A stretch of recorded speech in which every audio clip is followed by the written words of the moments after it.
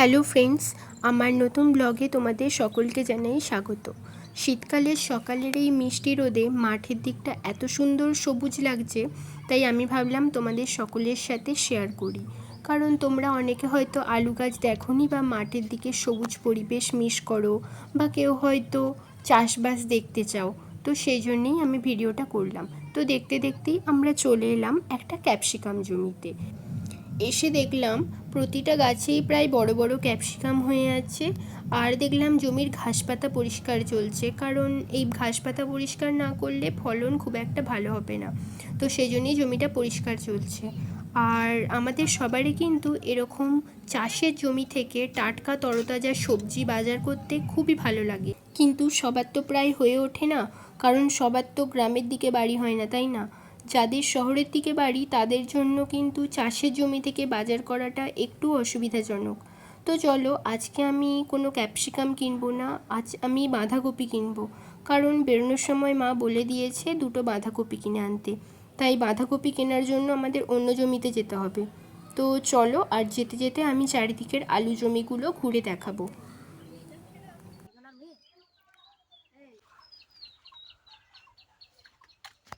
বনি আয়।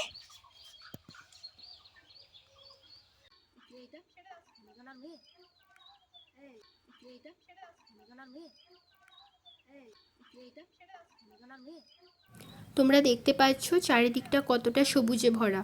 সামনে একটা আলু জমিতে আমি অনেক আলু ফুল ফুটে আছে দেখতে পাচ্ছি। তো চলো গিয়ে তোমাদেরকেও দেখাই ফুলগুলো।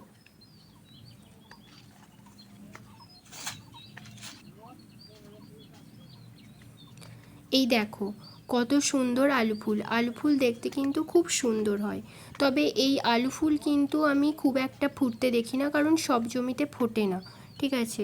কিন্তু এই জমিটায় আমি দেখছি প্রায় অনেক আলু ফুল ফুটে আছে, সেই জন্যই তোমাদেরকে দেখালাম। আশা করছি তোমাদেরও দেখতে ভালো লাগবে। আর পাশের আরেকটা জমি আছে, এই জমিটায় দেখছি অনেক সর্ষে ফুল ফুটে আছে।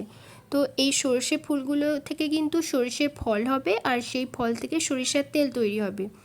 আর একটা জিনিস, এই সর্ষে ফুল কিন্তু আমাদের বাঙালির আবেগ আর ভালোবাসা। এই সর্ষে ফুল দেখলে আমরা ছুটে যাই ফটো তোলার লোভে, ঠিক আছে? তো চলো এবার আমরা যাই বাঁধাকপি জমির দিকে।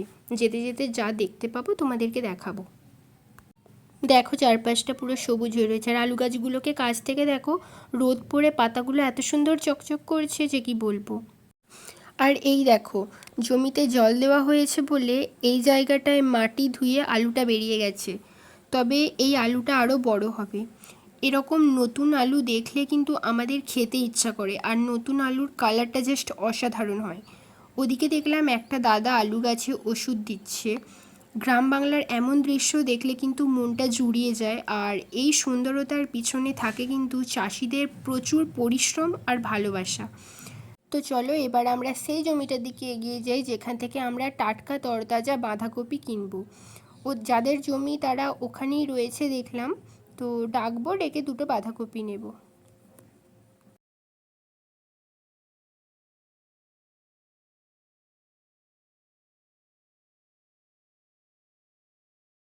এই যে দেখো, একদম টাটকা সবুজ কপি হয়ে রয়েছে দেখতে পাচ্ছি, আর পুরো জমিটায় প্রায় কপি ছিল। অনেক কপি এখানে বিক্রি হয়ে গেছে। এই জমিটা আমি আগের একটা ব্লগেও দেখিয়েছিলাম। তো তখন চারা সবেমাত্র বসানো হয়েছিল। এখন আর অত কপি নেই, কিছু কপি রয়েছে, এখান থেকেই আমরা দুটো কপি নিয়ে নেব। আর কথা বলতে বলতেই দেখলাম যাদের জমি তারা চলে এসেছে। তো চলো দুটো কপি আমি নিয়ে নিই।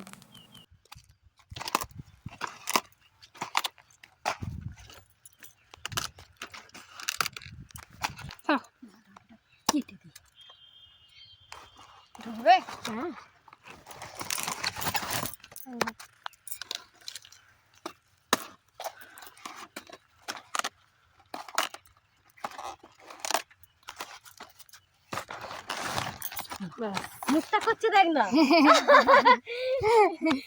তো দেখলে আমার বাঁধাকপি নেওয়া হয়ে গেছে, আর দুটো কপিতে প্রায় একটা ব্যাগ ভর্তি হয়ে গেছে। আর টাটকা কপিগুলো যখন ভাঙছিল তখন সেটার আওয়াজ শুনেই বুঝতে পারছিলে সেটা কতটা টাটকা, একদম জমি থেকে ভাঙা। তো এরপর আমি আর কোথাও যাব না, বাকি জিনিস আমি অন্য ব্লগে দেখাবো। কিন্তু তার আগে যারা আমার পুরো ভিডিওটা দেখলে তাদের যদি এরকম গ্রামীণ ভিডিও ভালো লাগে আমার চ্যানেলটা সাবস্ক্রাইব করো, ভিডিওটা লাইক করো আর আমাকে কমেন্ট করে জানাও, যাতে আমি এরকম গ্রামীণ ভিডিও বানাতে উৎসাহী হই। তো আজকের মতো ভিডিওটা এখানেই শেষ করলাম।